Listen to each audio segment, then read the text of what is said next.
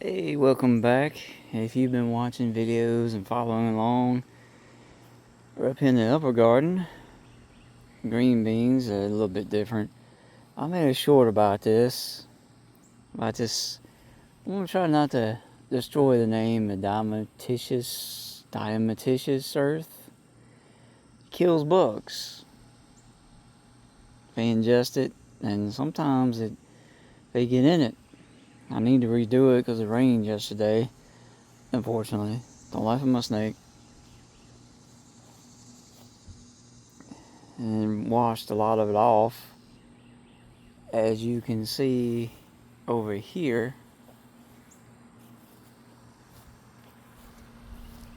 let's see, there's one that didn't have it. There's one that did not touched. That was there before I put it on there. That's what prompted me to put it on there, is because of that and aphids. Now, if you can't tell what a leaf looks like when it has aphid damage, let's see if I can find one here. This, when it starts shriveling up like that, aphids get on the underside of the leaf, and there's a ladybug. It's in there eating the aphids. Awesome. I love ladybugs. They eat aphids, if you didn't know, and a lot of mites. Now, the earth will kill them. Please don't get on it, buddy. I'm not gonna mess with you, I swear. But that's what you want to see right there. That guy will eat aphids, mites, fungi, and mildew if he can't find fungus or nothing else.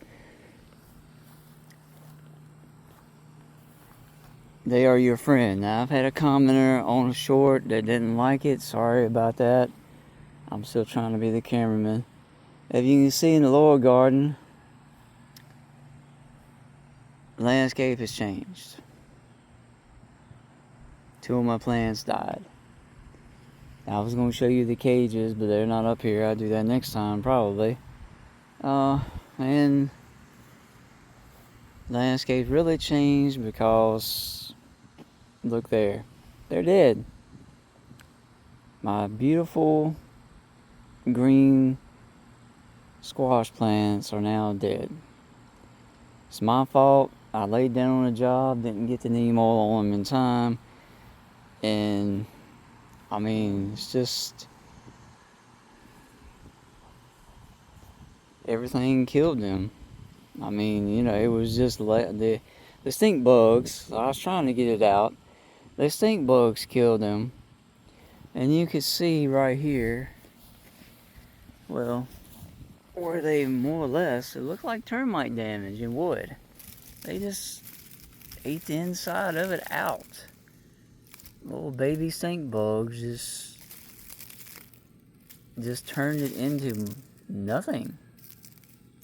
It's just terrible. I mean, it's my fault.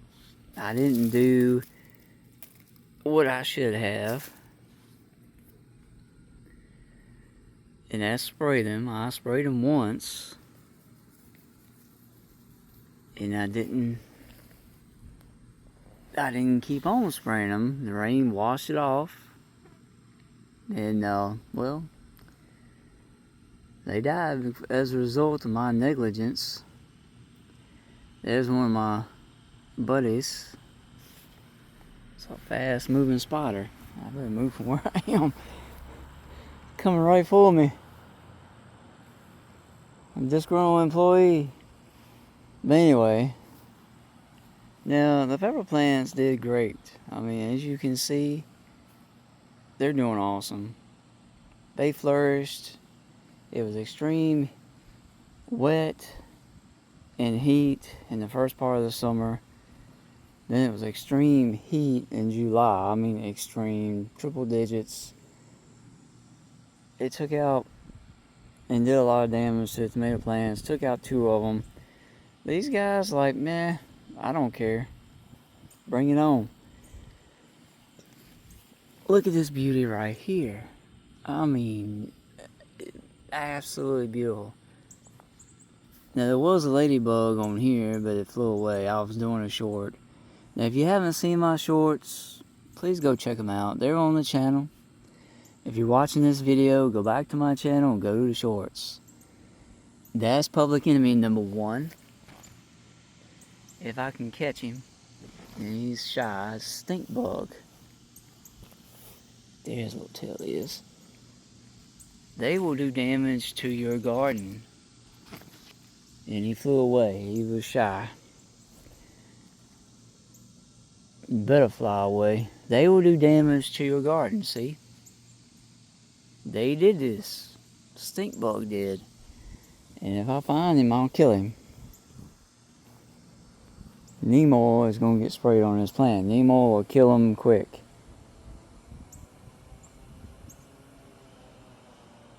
I can't find him. Oh well. But you can see that the landscape has changed. And I just saw a spider go across there, so maybe he'll kill a stink bug. But there is hope. There is hope. There are more blooms. And this is one of the plants that, as you can see, is not faring too good. Because of the heat and the wet and then the dry conditions. But there is hope. So don't ever give up. Don't ever give up. I mean, let these things, this is the poor boy plant. It doesn't look too well either, but it's got new growth and a bloom. So don't give up on them. Don't pull them out of the ground until you're sure they're completely dead like the other two were. And this is also what I was talking about when he's, there goes my hand again. I need to get a cameraman, I swear. I was talking about the roots going everywhere. This is the other squash plant. Now that's just part of the root that broke off. But that root probably went from where I had it in the ground all the way over to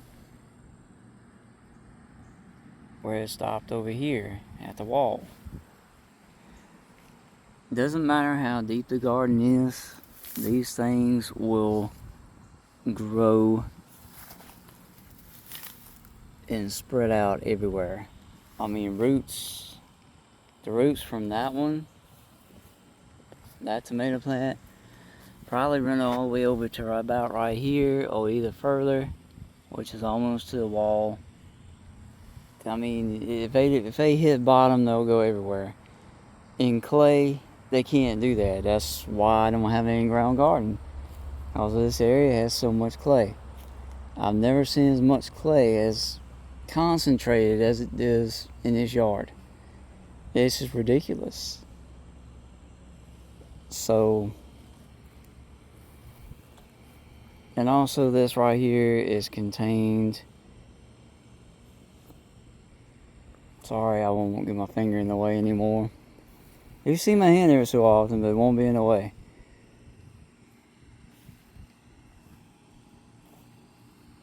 So, yeah. That's the landscape. Is the only problem I have with these green beans are the pests and the aphids. Now, the aphids are pretty much taken care of. Ladybugs have landed, so that's good. I've had a commenter that didn't like them, as I said before, on one of the shorts. He said they were lazy and they just fly away.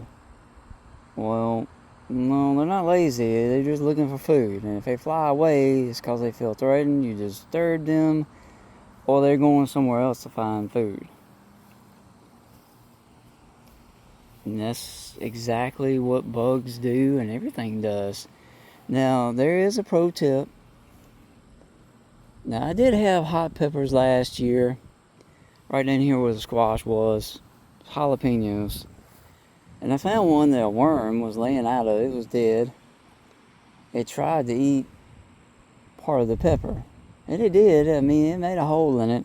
But that's the last thing it ever ate, because it died. And capsaicin will kill bugs and repel animals. So if you don't want to spend the money for something like, a pesticide, or you're doing organic gardening, you're spraying neem oil, it's good for fungi and pests. You can also get a hot pepper if you have one on hand. It's like one hot pepper per quart of water. You chop it up, you leave the seeds and all in.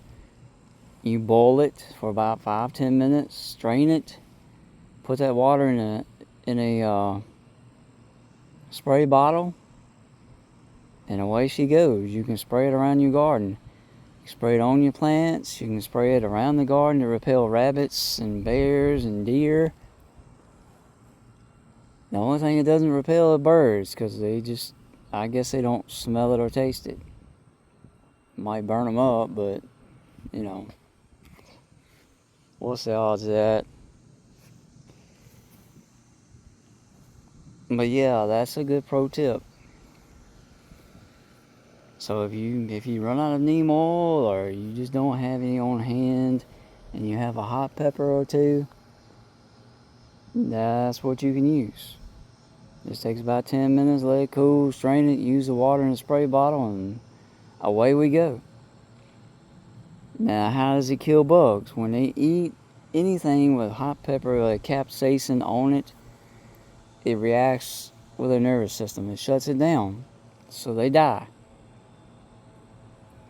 Make sure you wear gloves. Don't get it on your skin and your eyes, or inhale it, because that would be an irritant. So yeah, there is new life for the garden. Yeah, this has been a bad year. No, it's not going to deter me. That's why I tell people all the time, it's beneficial for your family to grow a garden. Food prices are going further up, and they're going to keep going up, and they're going to stay high for a long time.